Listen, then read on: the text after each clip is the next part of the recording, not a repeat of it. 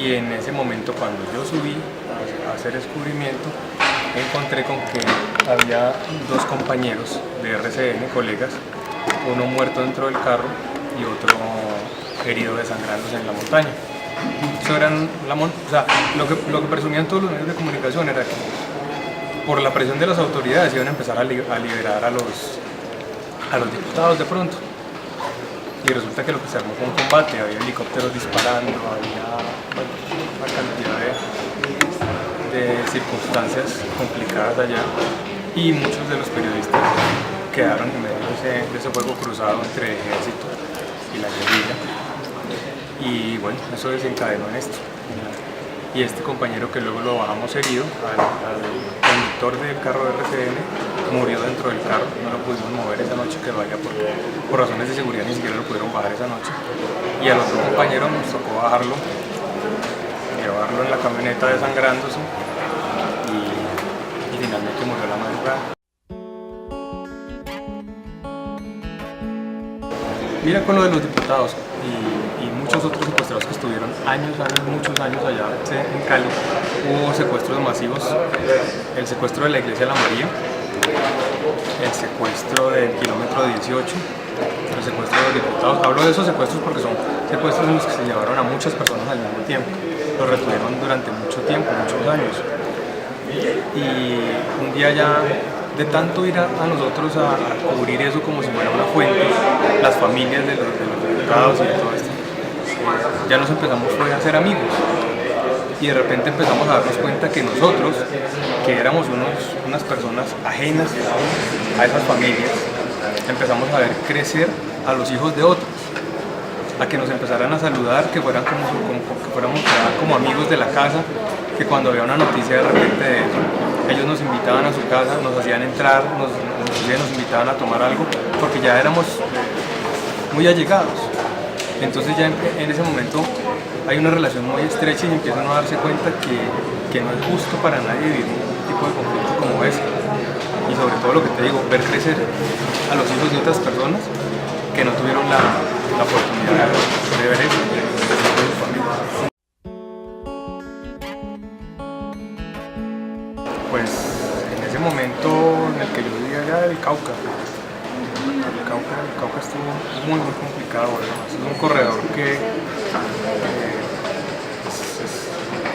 yo creo que las autoridades no alcanzan a dimensionar porque muchas veces no se meten. Yo recién llegado aquí a Bogotá, recuerdo que me tocó unos poquitos días, estaba en una entrevista con el que era ministro de Defensa en esa época y el señor en su escritorio nos decía, la zona del Cauca ya la tenemos controlada. Yo acababa de llegar de vivir eso allá y evidentemente la realidad es otra. La realidad es otra y en esos sitios como el Cauca muchas veces la gente tiende a generalizar, no solo allá sino en otras partes del país, en que allá solo hay gente mala, que allá solo hay guerrilla y eso no es así. Porque muchas de la gente que vive en esos sectores son gente que tienen que amoldarse a las circunstancias, de que si llega el ejército a tu finca, tú los tienes que atender, si llega la guerrilla a tu finca, tú los tienes que atender, si llegan los paramilitares, tú los tienes que atender. Y termina los demás, los que vivimos ahora en Bogotá o en otras partes del país, señalando desde acá, desde arriba, diciendo, claro, allá todos son malos, y eso no es así. Por eso seguramente es que se ven tan afectados esos sectores del país.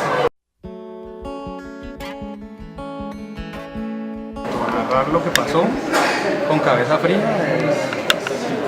es triste, bueno, contar todas las cosas y tratar de transmitir todo lo que uno vivió, pero cubrirlo en ese momento para algunas personas es crítico y para otras es emocionante. Digamos que uno tiene una cierta adrenalina y te hablaría más de la parte del cubrimiento. El momento de cubrir eso, a los que nos gusta, por llamarlo de alguna manera, lo sentimos como una adrenalina, como algo emocionante que puede pasar, cuando no es así, cuando no debería ser así, porque uno no tiene por qué acostumbrarse ni sentir ese tipo de emoción, pero es el ser humano, ¿no? Es unas condiciones humanas que nos hacen que tengamos ese tipo de emociones.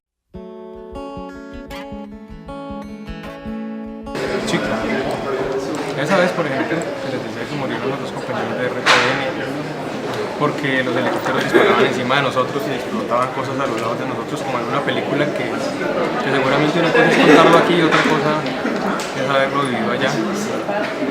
Y otro sinnúmero de veces en protestas que se tomaban la carretera Panamericana, que es una carretera muy grande que siempre ha estado marcada por problemas, no solo de la guerrilla, sino esa vía en ese sector del país ha sido tomada por la guerrilla, por los paras, por los indígenas, por sus protestas. Y muchas veces, aunque hay algunas personas que vean los medios de comunicación como un medio para que se informe la realidad de lo que está pasando, hay otras personas que no les gusta que se cubre, que no les gusta que se informe, entonces uno se vuelve el enemigo, simplemente por el hecho de estar registrando algo. Pues digamos que las cosas que llevamos siempre, las cámaras, todo siempre está listo. O sea, nosotros yo creo que vivimos como en son de eso, como nuestra función siempre es de eso. Como seguramente tú le preguntas a un bombero que si tiene todo listo y seguramente tú le abres el locker a un bombero y tiene todas sus botas y todo, así mantenemos nosotros con todas las cosas que necesitamos llevar siempre listas. Algunas veces dependiendo de lo que uno sepa que va a cubrir, pues sí hay unas medidas de seguridad que se toman pues, un poquito más, no sé, chaleco, antibalas, casco, así. Ya son cosas como más fuertes. Pero por lo regular es los tipos de trabajo de uno que lo que está listo y ya. El proceso de paz.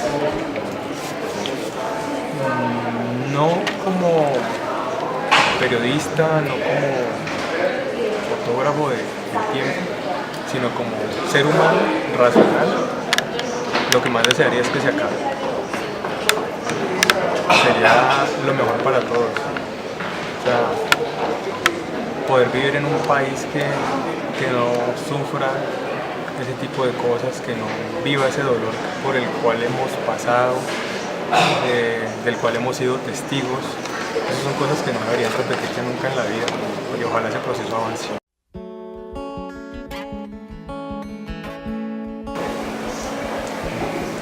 Tristeza.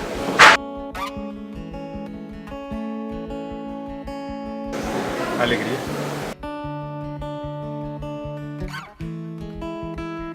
Mira, ahora estamos trabajando en unos proyectos que seguramente el país nos va a conocer y que lo que tú dices no los han vivido, no los han conocido. Se trata de una cantidad de territorios que antes vivían bajo ese tipo de llamada etiquetada zona roja y que son preciosos y que la gente no conoce y son muy lindos. Hay una cantidad de partes del planeta, de Colombia, que están por descubrir. No sé si ustedes vieron hace poco algo que hay en cine, Colombia Magia Salvaje. Exactamente.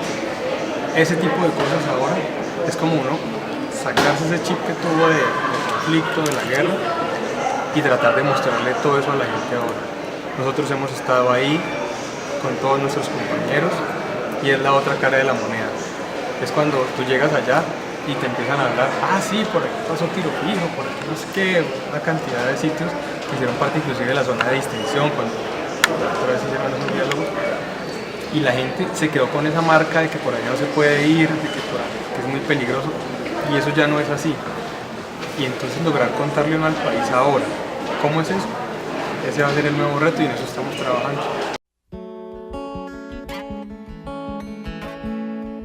A ratos sí. La mayoría de las veces. Aquí hoy ocurrió un carro bomba, mañana juega la selección Colombia y nos olvidamos de los minutos que acabaron de pasar. Eso sí, eso pasa con mucha frecuencia.